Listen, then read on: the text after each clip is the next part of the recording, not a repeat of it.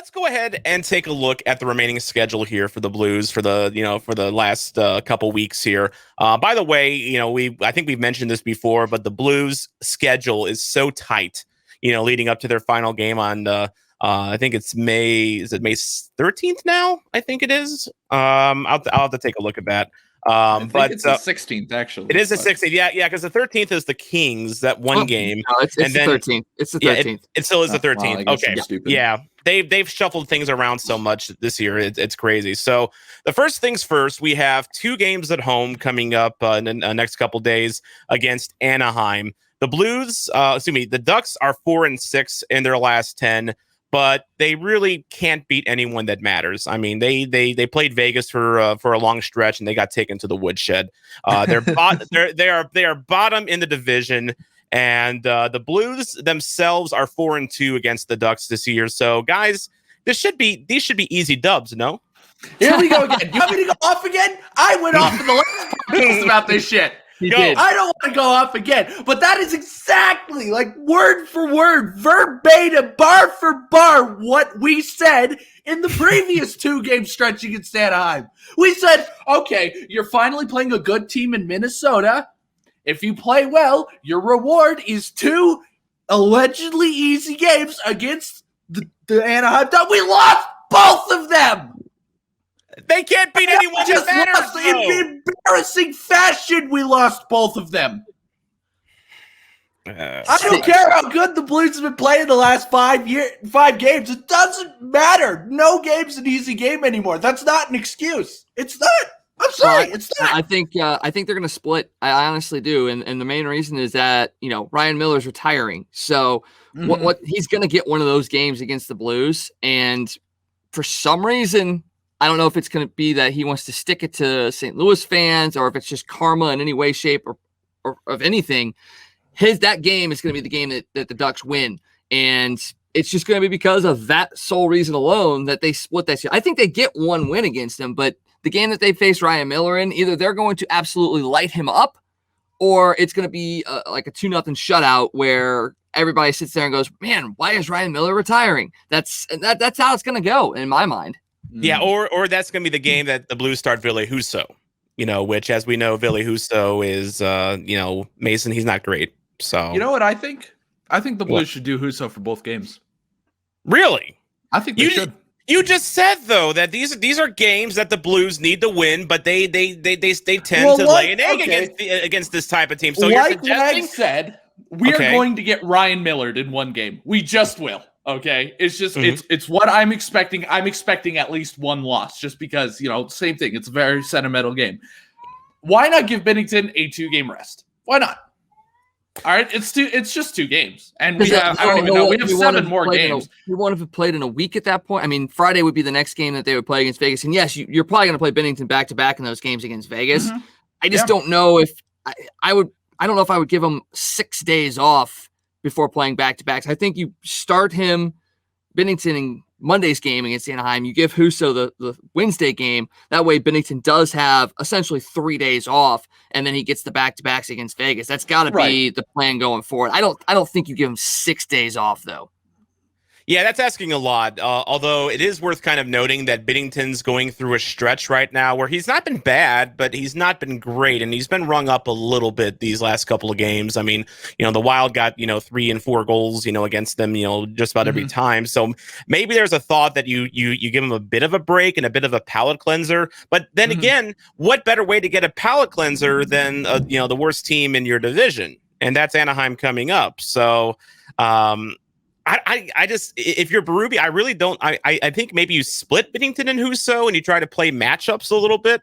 Like if you're starting Husso against Gibson, you're pretty much just waving the flag right there. I mean, because the Blues have a tough time in solving Gibson this year.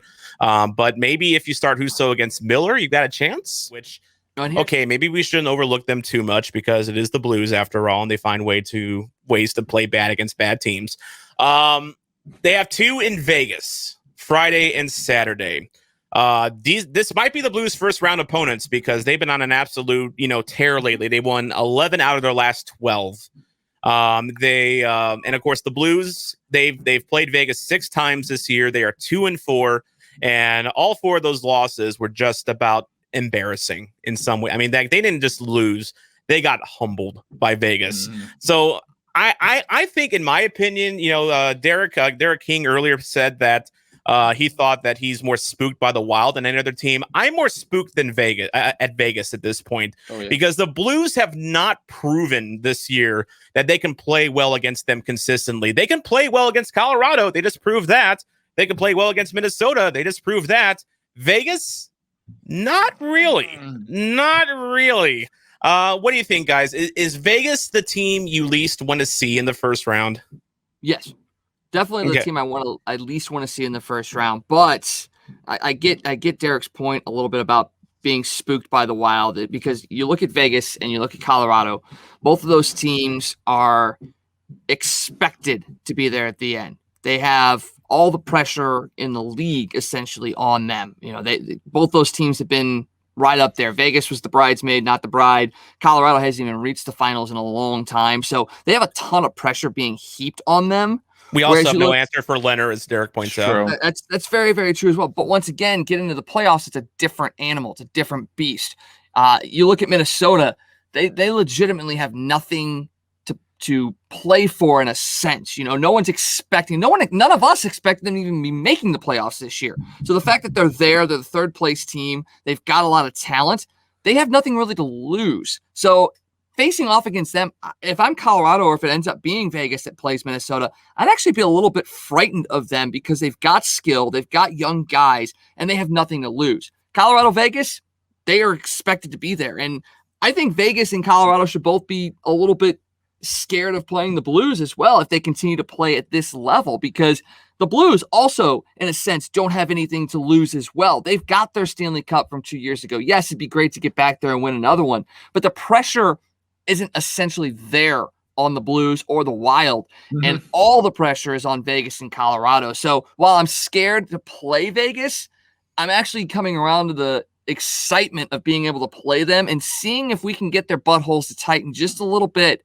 and scare them enough to upset them. Yes, they've got Petro there. Yes, they've got Fleury there. They've got Stanley Cup experience, but still, they don't have any cups on that team for that team. So there's a little bit of pressure there.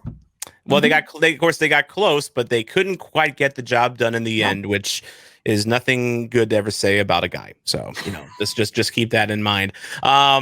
I get it. Feels kind of like we're playing a game of fuck, marry, kill, with these 3 teams here. Like, which team would we prefer? Which team would we be okay with? Which team we absolutely would not want to play? For me, it's still Vegas, but you bring up a point about Minnesota, and that is Minnesota for years has been the most average team in hockey.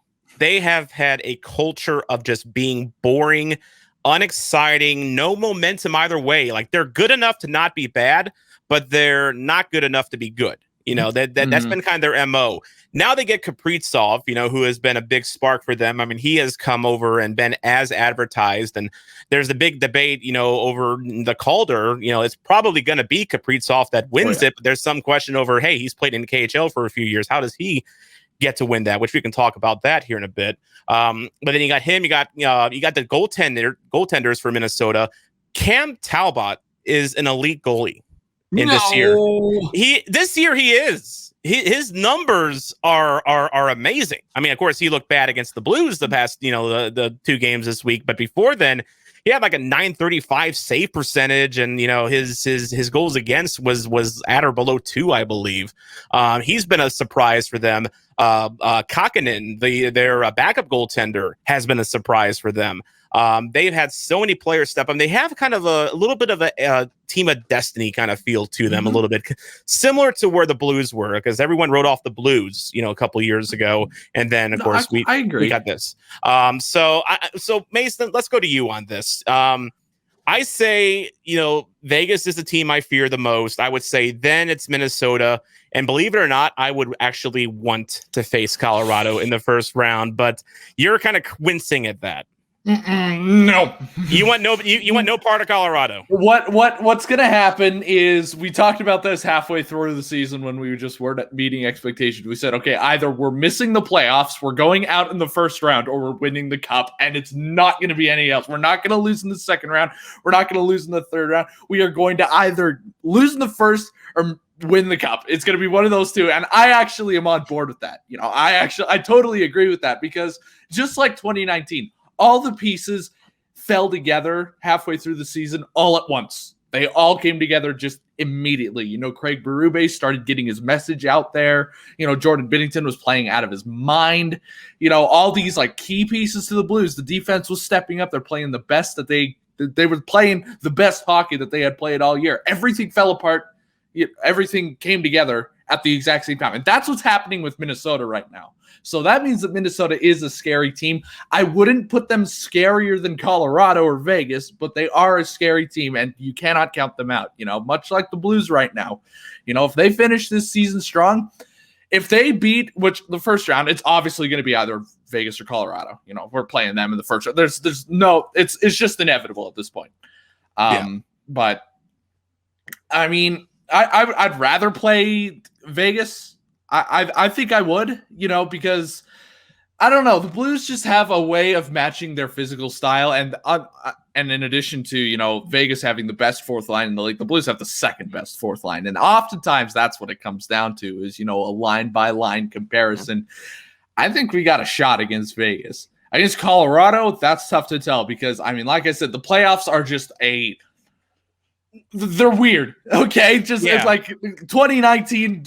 Tampa Bay Lightning is my first example, but that's happened 1,000 times before. But, weird things happen in the playoffs. And I think if the Blues can get past, whoever they play in the first round, whether that's Colorado or Vegas, they can beat anybody, because I think it's a pretty fair consensus that Vegas and Colorado are not only the best two in the division, they're the best two in the league. Two of the best in the league. Absolutely. If they can beat either of them, they can beat anybody. They really can. And this is true. And as Derek knows, first round is going to be the hardest series probably. Another thought here, we were talking about, Vegas going on a big run lately, 11 of the last 12. And, the Blues kind of coming out of a funk a little bit. Colorado's in a funk a little bit right now. The Blues kind of put them in one. And then the Wild are still kind of, they're playing well. But there's something to be said maybe about momentum going into a playoff series. And you wonder if Vegas, going on this crazy run, if, as we all know, hockey's very cyclical. It's very up and down. Teams can, play great for 12 games in a row and then stink up the joint the next 6, or what have you. I wonder if Vegas is going to be burned out going into this playoffs a little bit because they are playing so well. And then the first chance of adversity, we've seen teams that have gone on these incredible runs. Their first loss, just shatters them because you get so confident in those runs. I really do believe you get a lot of self-confidence. You get a little cocky, maybe a little bit. Maybe the locker room's a little cocky. Maybe everyone's being a little bit too loose. And then, all of a sudden, let's say it's the Blues coming out. Let's say the Blues come in, they sucker punch, Vegas and win 5-1 and, break their good run. Maybe they limp into the playoffs, after a great run, after they get humbled after, a big streak, and maybe they play poorly in the first round. Whereas, a team like Colorado, maybe they figure it out. These final, I think they have 4 more games left before going into the playoffs. Maybe they figure it out in these next 4 games and they come into the playoffs hot. Maybe the Wild plus find another gear. Momentum, I think, is key. And I think the Blues actually are in a good spot right now in that, they're picking up their momentum. They're still playing well despite, Saturday night's loss. Maybe this is the right time for them to get going. And maybe, just maybe, I feel more confident this week than I have the past couple of weeks about the Blues going on a run. I think I've officially entered the territory where it's quite plausible the Blues could get a first round upset. I think it's quite plausible now, much more plausible than it was last week. What do you think, guys? Yeah, I think so too. And you're going to your point about a team, getting a loss maybe in game 1 and kind of falling downhill. That's the thing that you don't want a team like a Vegas or even a Colorado essentially to get going. Facing them in the second round after they've already won a first round series, that's going to be tough because they're going to be rolling. They're going to know what it takes to win a series and keep going. You don't want to get a team that's going on a run. You want to be able to get them and hit them early. So whether it's Vegas or Colorado, if you go in there and let's say you steal game one on the road, all of a sudden that complexion of the first round changes and you do have a chance to have that upset. And yeah, the Blues, I think, are doing it at the exact right time. They're winning games. They're getting a little hot. They've got some guys that are injured, Tarasenko and Krug essentially as well. And done as well. Done as well. It'd be very interesting. You've got Vegas, Colorado, Minnesota, all have clinched. So all of them are kind of letting off the gas a little bit. And it may have been, maybe they're getting off the gas a little too soon. You know, they clinched last week. So they're going to go 3 weeks essentially since they clinched before playoffs hit. Whereas the Blues are going to be fighting to the very end. Now, you don't want to be that team that fights all the way up to the last day in order to clinch, because then you've essentially burnt yourself out in that first round series. You're kind of gassed. But if the Blues clinch, you know, maybe first game against Vegas this upcoming week, and then they've got another week where they can kind of give some guys rest, but still continue to play, what have you. That's probably like the sweet spot in my mind of, hey, you're playing consistent, meaningful games up until about a week before the playoffs. Then you got that week to kind of maintain your team, get yourself set up and ready to go, get your rotation right as far as when your goalies are starting, how you want your players to get their rest and all that. Then you hit the playoffs and you can go. Whereas these teams that have clinched, they've kind of already started that, but maybe it's a little too long. And then another team maybe clinches on the last day and they're using their best guys and they start the next round 2 days later, they're gassed. So I think the Blues are at that sweet spot right now. If they can clinch with one of those games in Vegas, that might be the best position the Blues could put themselves in. You bring up a point, though, about, you know, Colorado and Minnesota already clinching their playoff spots, and the thought maybe they're taking their foot off the gas a little bit, because I don't think Minnesota, they have a chance of getting second, but that's just going to give them home ice. I mean, that's not going to be, you know, they're still going to have, and probably end up facing Colorado the way things are going right now. There's not a whole lot of position jostling going on. So I'll ask you, Mason, you know, is there a chance maybe these last couple of games against Colorado and Minnesota were something of a mirage a little bit, and that we weren't actually seeing the full capability of Colorado and Minnesota? No, they don't strike me as those kinds of teams. They strike me as they strike me as the like well-oiled machines where they're going to fight till the very end. You know, maybe they take their foot off a little bit. Maybe I don't think they take their foot off. I think they just try new combinations for the playoffs. That's probably where a lot of if they don't play well, that's probably going to be wise, because the coaches are doing experiments, seeing what works in the playoffs, what doesn't work. That's the only reason that I can see any of these teams, you know, playing even remotely badly for the last 5 games of the season, you know. And it's not a very hockey thing to like start like, you know, laying down for another team. I mean, it's not a hockey thing. Like, you know, you might say like in baseball, maybe it happens a little bit, like maybe you know, take a few extra seconds getting to that fly ball if you're already eliminated from contention, that kind of thing. But hockey, hockey's a warrior sport. So, definitely got a point. By the way, Derek points out, wouldn't we probably have to go through both Vegas and the Avs? Well, we're gonna have to play two out of either. We have to go through at least one of Vegas, one of Colorado, or one of Minnesota in some sort of combination in the first 2 rounds. So he's got a point. So they need to figure out a way to beat Vegas. And I want to give Dan Ferris some dap. He posted in the Justin Falk Stan Club. I think there's the mental block right now versus Vegas, almost like the blocks that existed for Chicago, that existed for Los Angeles, San Jose, basically all the California teams, and Colorado over the years. Once you get to thinking you're beat before the puck drops, you're pretty much going to go the self-fulfilling prophecy route. And that's true. So I think these 2 games coming up against Vegas are going to be very important for the Blues to see how they come out against Vegas, to see if they can get a win or 2 even against Vegas, or at least, you know, I mean, at least points, looking competitive, keeping the games close. Because if that's going to be the first round matchup, you want to know that the Blues are going to play well against Vegas. And what better way to do that than right before the playoffs start? And maybe if the Blues get a win or 2 and they look competitive in both games, maybe they get in Vegas's head a little bit. Maybe they start getting Vegas to doubt themselves. And that's kind of what I was talking about earlier with that momentum. You know, if the Blues are the team that, you know, shatters, you know, the Vegas good run, maybe they start doubting themselves going into the playoffs. Maybe there's an opportunity there. I mean, because as we know, Vegas, you know, they're not immune to choking in the playoffs. No, they've done it. In their short history. That is one thing they have proven is that they can choke in the playoffs. So they're pretty damn good at it too. They are very entertaining. Very entertaining good. Game 7. It was probably the most entertaining Game 7 I've watched that wasn't a Blues game. Absolutely. You know?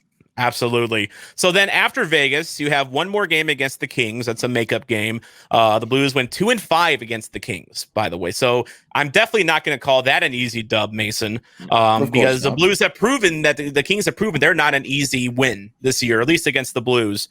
Hopefully the Blues have the playoffs wrapped up by then. I mean, Arizona isn't knocking anyone's socks off lately, and they just have 4 games left. So I think that's pretty. I think that question is mostly decided at this point, but you never know. And then the Blues cap off the season with 2 more against the Minnesota Wild.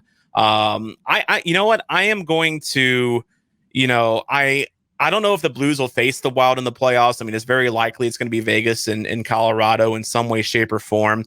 But I will say though that having the Wild in the West Division with the Blues this year is going to help the rivalry immensely when both teams return to the Central next year, and they're going to take Arizona with them, which of course we got our own issues with Arizona to deal with, mostly bad.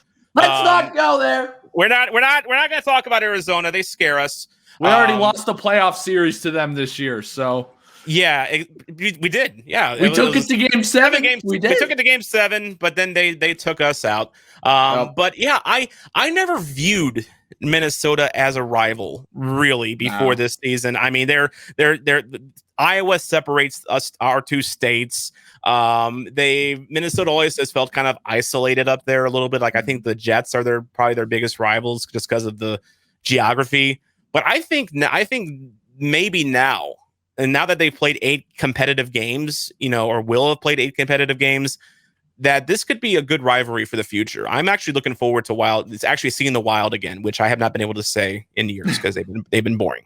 Well, back in the 80s and 90s, the North Stars were a huge rivalry with the Blues. Yeah. So having the Minnesota connection again is really, really cool. I mean, we had a lot of competitive matchups against Minnesota, and it's nice to see a team up there that's not boring, and you are. I mean, it's always nice to dominate franchises, but it's even better when there's competition between the two. I mean, that's why the whole Cardinals Cubs thing kind of is blasé in a sense that it's usually either the Cardinals are really good or the Cubs are really good. It's never where both are really good at the same time, and those matchups are like premier. Now with St. Louis, Minnesota in the past, that's how it's been. Either Minnesota's been good or St. Louis has been good, and the matchups have been kind of Now that you've got 2 really good franchises and the teams are good and young too, those might become must-see games. And while the Chicago-St. Louis rivalry may be waning a little bit, the Nashville one, the Minnesota one, the Colorado one, the Dallas one, I mean, everything in the Central right now for the Blues, you're having these really nice, young, budding rivalries kind of coming back, and it may turn back into a black and blue Norris division, essentially. God, it's going to be like Bloodsport whenever the Blues go back in, because they got grievances with just about every single team. I mean, the Blues and Stars, as you said, that kind of dates back to the North Stars, but I consider that a very competitive rivalry. It's not a rivalry of malice, I would say, I mean, because I went as a Blues fan in my Blues garb, I went to Dallas, and actually the fans down there were really cool. I actually gained an appreciation for them. But that's a competitive rivalry, and I still get PTSD over Ben Bishop, in Game 7 of the 2019 playoffs. I mean, that's just wow. So you got them, you got Nashville, and their sister wives. So that's always going to be a rivalry for various reasons. Chicago's always going to be a rivalry. We got Minnesota now. The Jets hate us. Yeah. They still hate us from the playoffs, before. Colorado's never really liked us. I mean, it's just, you're right. The Central's going to be it's going to be lit next season. I'm looking forward to it. It's going to be nice. And I like how the Blues and Arizona are really forming a rivalry. I think that's going to, more than Minnesota, I think the Blues and Coyotes are going to form a really strong rivalry. But yeah, to your point, Minnesota's playing better hockey, and the Blues are playing better hockey. So And they're both young teams as well. So yeah, I could see something like that going on. But I mean, Chicago is always going to be the main one. I think I don't see that. It might be waning, but that's just because they weren't put in the same. I think that I wish they were in this division. I wish we could have played 8 times. Even if we lost 6 of them, I still I love that rivalry. Chicago. It's Chicago. You love to hate them, right? Yes. You love to hate them. So I don't see that going anywhere. But when it comes to like you said, Minnesota, Arizona, I love that. I love that there might be some renewed heat there. Yeah, I remember during the 2020 All-Star skills competition, Patrick Kane won one of the skills comps, and he was getting booed out of the building. And especially because I think he was going up against the Blues guy, too. I forget if it was O'Reilly or Perron, but he was going up against one of them in a shot accuracy competition. And it was just, it almost felt like being at the old arena, how much we, just piled it on Patrick Kane. It was great stuff.